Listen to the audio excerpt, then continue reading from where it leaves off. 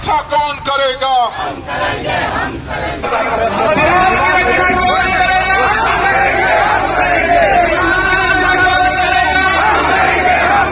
मांग करते हैं कि अमित शाह जी का इस्तीफा हो, नरेंद्र मोदी देश से माफी मांगे। अमित शाह जी का बयान आता है और हम पहले से कह रहे हैं कि जो बीजेपी आरएसएस की सोच है, एंटी कॉन्स्टिट्यूशनल सोच है, एंटी अंबेडकर जी की सोच है। तो हमारी डिमांड ये है जो व्यक्ति संविधान का शपथ लेके अंदर आता है, मिनिस्टर बनता है, मेंबर बनता है, अगर उस संविधान का अपमान करता है तो उसमें उसको कैबिनेट में रहने का कोई अधिकार नहीं है। उनको फौरन ड्रॉप करना चाहिए, बर्खास्त करना चाहिए, तभी इस देश के लोग शांत रहेंगे। तो इस माहौल में कांग्रेस पार्टी, जो कि एक आंदोलन से उपजी हुई पार्टी है, जिसका इतिहास कई आंदोलनों का इतिहास है इस देश में, आजादी से पहले भी, आजादी के बाद भी, सरकार में रहकर भी, हम समझते हैं कि बेलगावी से भी कुछ ऐसे ऐतिहासिक निर्णय निकलेंगे।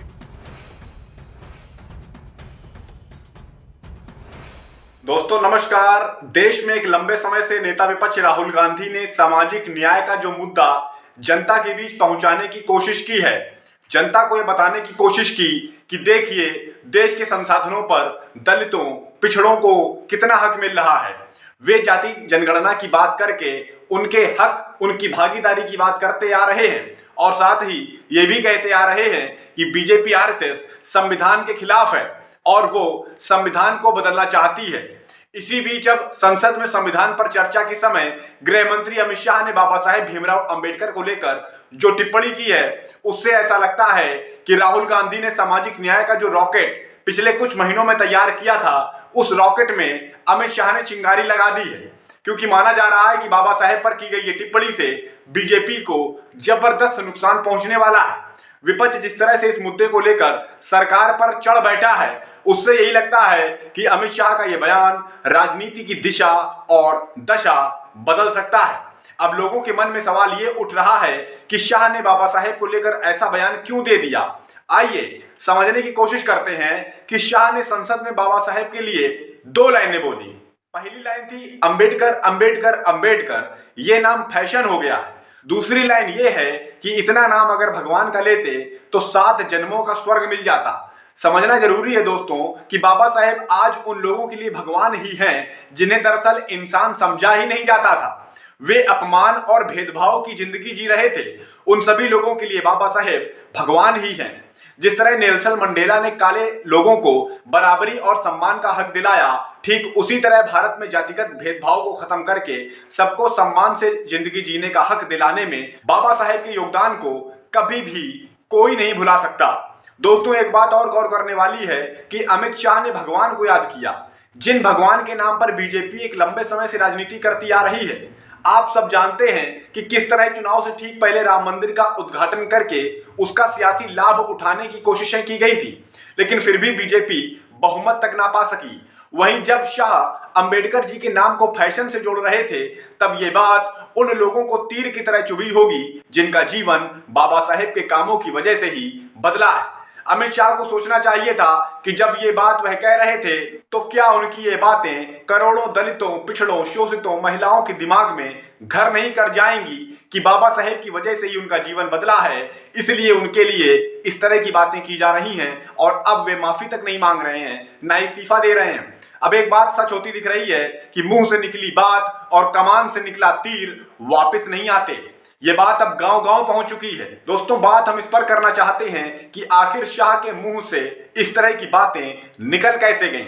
क्या ऐसा हो गया जिससे शाह परेशान हो गए और आखिर जुबान पर वो शब्द आ गए?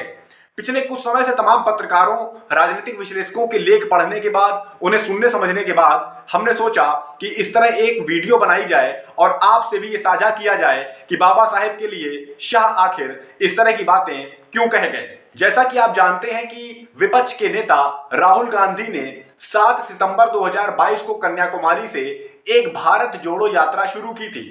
राहुल ने जब यह यात्रा शुरू की थी तब उन्होंने अपने दिवंगत पिता राजीव गांधी को श्रद्धांजलि दी थी। इसके बाद उन्होंने एक ट्वीट किया था जिसमें उन्होंने लिखा था कि नफरत और बंटवारे की राजनीति में मैंने अपने पिता को खो दिया, मैं अपने प्यारे देश को भी इसमें नहीं खोऊंगा। प्यार नफरत को जीत लेगा, हम सब मिलकर डर को हरा देंगे। राहुल की उस यात्रा ने थोड़े ही समय में पूरे देश में एक आंदोलन का रूप ले लिया। राहुल ने नफरत, महंगाई, आर्थिक असमानता जैसे मुद्दों पर सरकार को जमकर घेरा। जब राहुल की इस यात्रा को अपार जन समर्थन मिला तो राहुल समझ गए कि देश परेशान है, देश अपने अधिकारों के लिए, हक के लिए लड़ना चाहता है यदि उसे एक लीडरशिप मिल जाए। इसके बाद राहुल ने लड़ाई तेज कर दी, सामाजिक और आर्थिक न्याय की, और इसमें भी एक सबसे बड़ा मुद्दा लोगों के बीच पहुंचना शुरू हो गया और वो मुद्दा था जाति जनगणना का। हालिया लोकसभा चुनाव में यदि बीजेपी 240 पर सिमट गई, बहुमत तक न जुटा सकी, तो उसके पीछे एक जाति जनगणना एक बड़ी वजह बताया जाता है। राहुल के साथ ही विपक्ष के तमाम नेता जिस तरह से एक लंबे समय से देश भर में पिछड़ों, दलितों की बात कर रहे हैं, उसका कोई काट बीजेपी के पास नहीं है। वह इस मुद्दे के जवाब में सिर्फ इतना कहती है कि विपक्ष लोगों को जातियों में बांटना चाहता है, लेकिन फिर सवाल बीजेपी पर ही उठ रहे हैं कि यदि वह जाति व्यवस्था या वर्ण व्यवस्था का समर्थन नहीं करती तो फिर वो मनुस्मृति का विरोध क्यों नहीं करती है। हाल ही में लोकसभा में नेता विपक्ष राहुल गांधी से लेकर मल्लिकार्जुन खड़गे तक ने बीजेपी को मनुस्मृति के मसले पर जमकर घेरा था। एक तरह से राहुल ने बीजेपी से यह पूछा था कि आज आप किसके साथ हैं, जबकि संघ के लोग तो हमेशा से ही मनुस्मृति के साथ रहे हैं। इसके जवाब में शाह ने जो कुछ कहा उससे साफ हो गया कि बीजेपी किसके साथ है।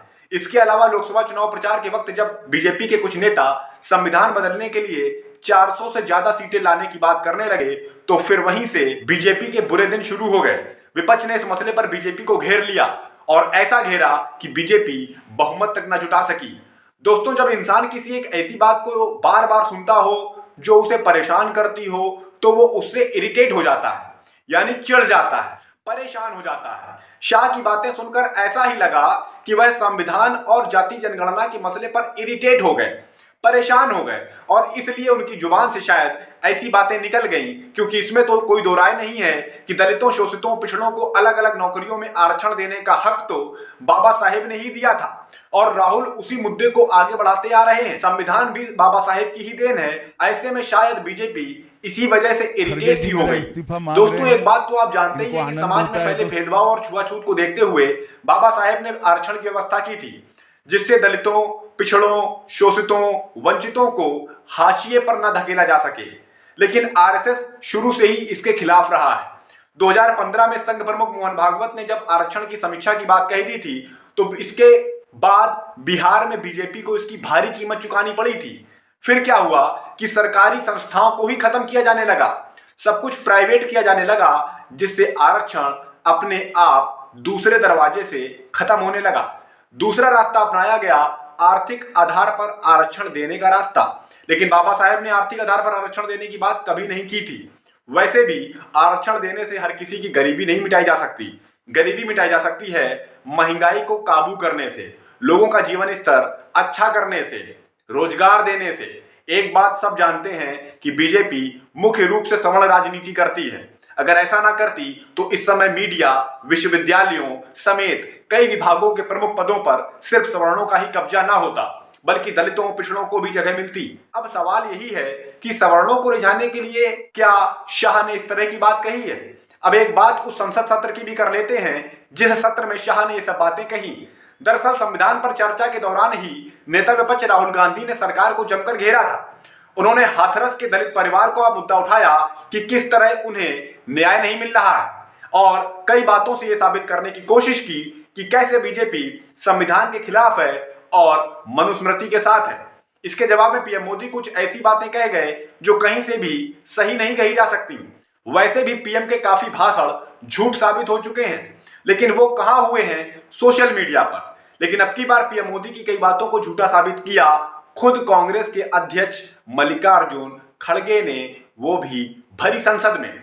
खड़गे ने राज्यसभा में तथ्यों के साथ ये बता दिया कि पीएम ने नेहरू, अंबेडकर के विषय में जो कुछ कहा उसमें सच्चाई नहीं है। जब बीजेपी की पोल खुल गई तो राज्यसभा में प्रधानमंत्री भाषण देने ही नहीं आए, उनकी जगह गृह मंत्री अमित शाह आए और साथ में लिख कर लाए वो बातें जिनसे बीजेपी को आने वाले समय में भारी से भारी नुकसान हो सकता है। एक बात तो समझना बिल्कुल कठिन नहीं है कि गरीबी का तोड़ अमीरी हो सकता है, लेकिन आज के समय भी जाति का तोड़ नहीं है। कोई कितना भी अमीर क्यों ना हो जाए, अगर वह दलित है तो अमीर होने के बाद भी दलित ही कहलाएगा। इसीलिए बाबा साहेब ने आरक्षण की व्यवस्था की थी ताकि उन्हें उनकी जाति देखकर अधिकारों और हक से वंचित ना किया जा सके। शायद बीजेपी उस मुद्दे से ध्यान हटाने के लिए ये एक नया मुद्दा ले आई है जिस पर उसका चौतरफा विरोध हो रहा है। कांग्रेस ने ऐलान कर ही दिया है कि वह गणतंत्र दिवस तक शाह के खिलाफ आंदोलन करती रहेगी।